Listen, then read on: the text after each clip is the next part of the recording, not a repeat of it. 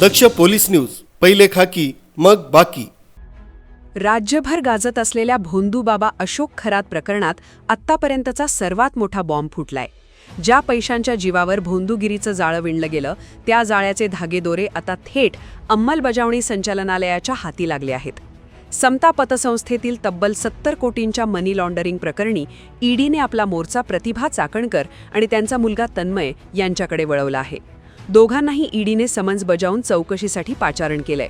ईडीच्या तपासात जे समोर आलंय ते पाहून तपास यंत्रणाही चक्रावून गेले आहे।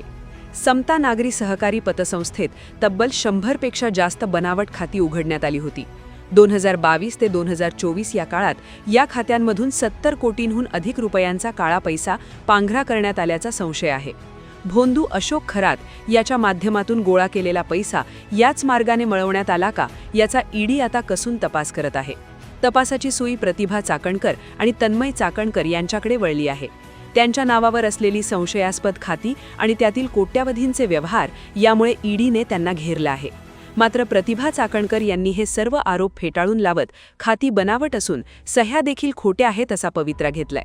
जर सह्या खोट्या होत्या तर पतसंस्थेतील 70 कोटी रुपये कोणाच्या खिशात गेले? हा बनावटपणा होता की जाणीवपूर्वक केलेला घोटाळा, याचा अद्यापही उलगडा होऊ शकलेला नाही।